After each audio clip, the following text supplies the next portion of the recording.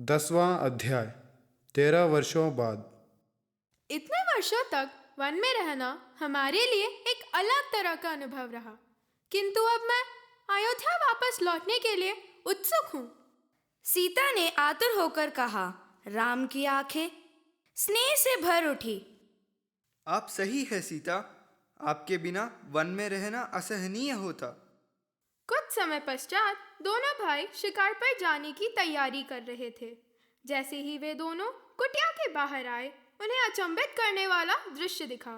एक सुंदर युवती पथ पर चलती हुई उनकी तरफ आ रही थी। सहज बुद्धि से उन्होंने जान लिया कि यह दानव की एक चाल है। युवती राम के पास आई। आप बहुत रूपवान पुरुष है, आप अवश्य ही कोई राजा अथवा राजकुमार होंगे। मैं आपसे विवाह करना चाहती हूँ। दोनों भाइयों ने एक दूसरे को देखा और एक तरकीब सोची। मैं तो विवाहित हूँ, कृपया मेरे भाई लक्ष्मण से पूछिए। निर्लज्ज की भांति वह लक्ष्मण के पास गई। क्या आप मुझसे विवाह करेंगे? लक्ष्मण हंसने लगे। मैं यहाँ राम की सेवा और सीता की सुरक्षा के लिए हूँ। मैं आपसे विवाह नहीं कर सकता। वह डराने वाले रूप में कुटिया की ओर भागी। मैं तुम्हारी सीता का वध कर दूंगी, तब मैं इस रूपवान युवराज से विवाह कर सकती हूँ।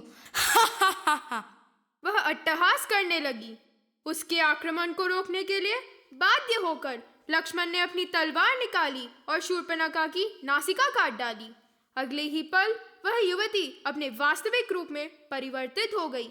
एक विशाल काय और बदसूरत दानवी। लहूलुहान और अपमानित वह दानवी जंगल में भाग गई। वह और कोई नहीं वरन असुरों के पराक्रमी राजा रावण की बहन शूर्पणखा थी। जब रावण ने घायल शूर्पणखा को देखा तो क्रोध से भर उठे। ऐसा करने का दुस्साहस किसने किया? प्रिय बहन, मैं उसका सर्वनाश कर दूंगा। वह एक शुद्ध मनुष्य लक्ष्मण है। मैं एक रूपवान युवराज राम से विवाह करना चाहती थी और उसकी पत्नी सीता को आपके पास लाना चाहती थी। देखिए, दोनों भाइयों ने मेरा क्या हाल बना दिया। सीता, वह हमेशा से मेरे लिए बहुत महत्वपूर्ण है। वर्षों पूर्व हुए अपने अपमान का स्मरण करते हुए रावण ने कहा। वह अपने चाचा मारीच के पास पहुंचे। सीता का हरण करने में आपको मेरी सहायता करनी होगी। रावण ने आदेश दिया। मारीच ने उसे ऐसा नहीं करने की सलाह दी। राम के मानव रूप को देख स्वयं को धोखा मत दो। वह संपूर्ण पृथ्वी पर महानतम योद्धा है। जब वे नवयुवक थे तभी उन्होंने मुझे पराजित किया था। तुम्हारे द्वारा शीघ्रता में किए गए कार्यों से लंका का विनाश हो सकता है। मारीच द्वारा दिए गए सही सलाह को सुनने के बजाय रावण ने उन्हें धमकाया। जैसा मैं कहता हूँ वैसा कीजिए, नहीं तो आपको प्राणदंड दिया जाएगा।